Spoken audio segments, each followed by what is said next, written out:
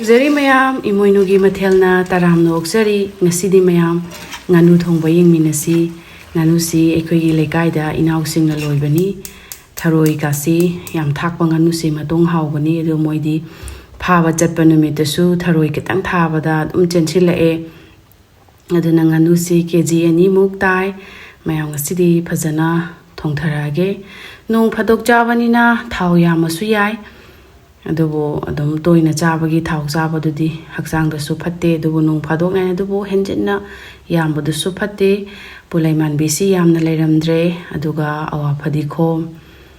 adu lauzare aduga jira mapumji khara thajase jira mapumji yamna kashingraga so magi mahaudo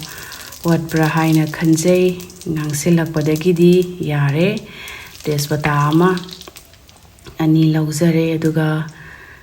tilhau sidi hapasi yam hapa hawe sing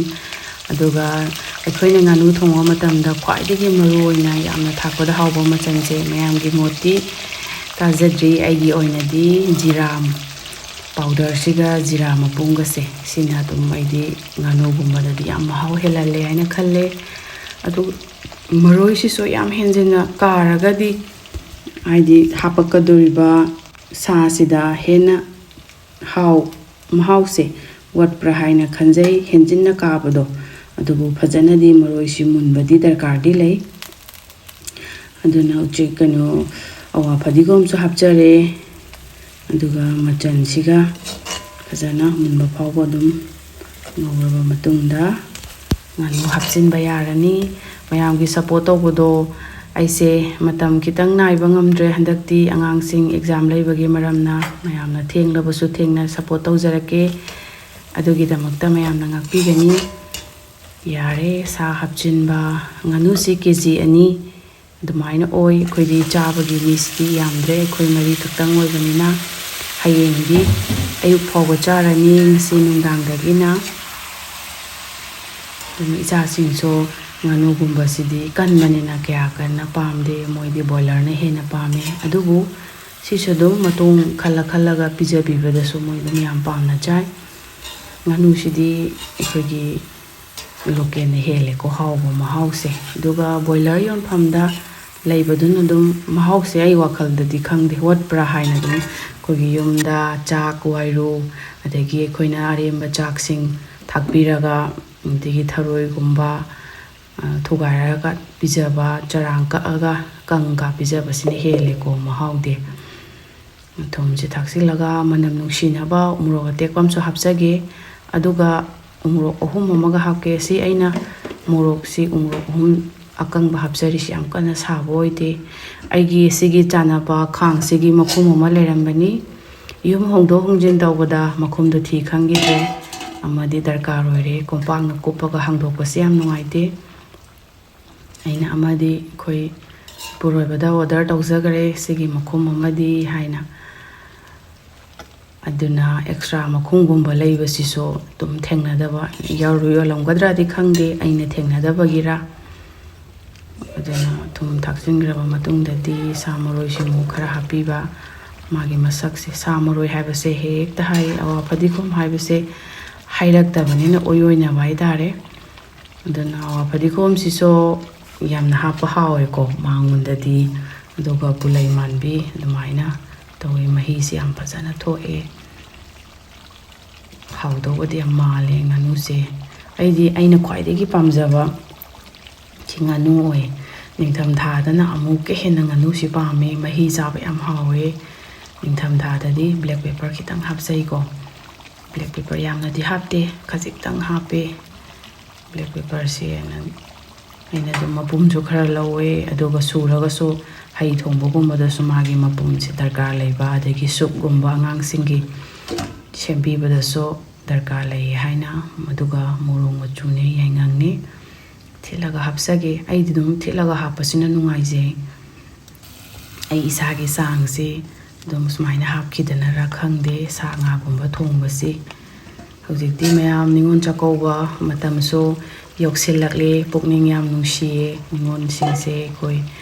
adubu manipur dadi tangdu leijadaba adum irang mayam thokpasina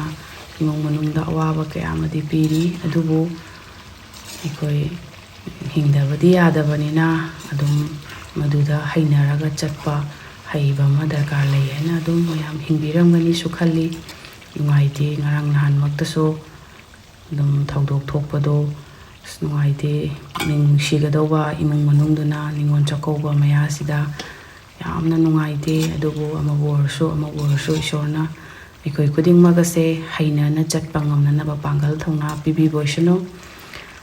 sing makup aduga sugairaba chanam adumaina khara adum hapke adubu nganu thongba kaisi ihauda haurado poneda masagi haudana leirabanina mahisdi am thoi asine he kangsilakpada thau su khara ningthina hapkibanina yarani jira makup sidai adum hape aduga garam ama khara hapsinjage sa nga thongbasi mi khara ka yamna jaminaradi haubani mi yamdana thongbasi so henjinna yamagadi haijade ko adum khara marang kaina thongba imung manungka adum jaminaba adum hawe do boy koi gidi mi se chagadawa singdu so adum lam lapthokhiba aduna koi mari dang tare aduna heng he phok adum chadoini chaba ngamdabagi Tham thawar di asnungalaga kachaba de am hawe makasi loina kasile tam otke thaw si mai ngasai ngaukiba thawdu mathaklom da loina hapsilae kasilae aduna yabarani makum hangdoraga hojikdagidi anthahanba yarani aduga alu gumbase ekoisu sadre koina sadabaira khangde sasingsu alu si amatta chawa yade ekoidi thaina ngangoi ngaidadi Sanga yen nganu thongbagi alu kasi aspambana loye koinu ji moglina tina se kya phatre aina sada basida moini hena sungsa sawo yagidre khaidokpadi yarabani dubu kitanga ngogige magi thawse ina kitang su yam hairure duga masagi su dum thaw thokpaga tawe dumaina khaidokpiragi moi kaleja keka sajasano moidi si chabagi bitne koi thaina ngangoi ngai da tawrakpado sumaina charaga ising thaklaga chakti chadaba adana moi yenghalage mahau tanghalage mahi deina nakanda mai pikna leitharaga salaga thame henjinna saraga hapasi so sarom da loina chammakpa maina tawena khanjai to yarani mahi yamna su haparoi ningtham thawaidi khara yamna hapaga mahi si hauba aduna mahi di yamna di hapsararoi sigi changda yarani mayam khangde thongbasi aina sum thongabanina nong phadok so aina haines noina thongbiyo duga sase hani ani moisu talle thonggidrabanina isa singchu pi kanam thongbini kurabaso talleda nang adum thongo haina kya thongde adum aina thongi adu ningon chakauba siso adum aina thongdoine mayam adu hojikti yare chak habaga ichanu pahanse pijarage aduga moina adum lemum bangam dabaso adum aina charsu yai khara yamna hapchin birage mayam leijare ngasigi nganu thongba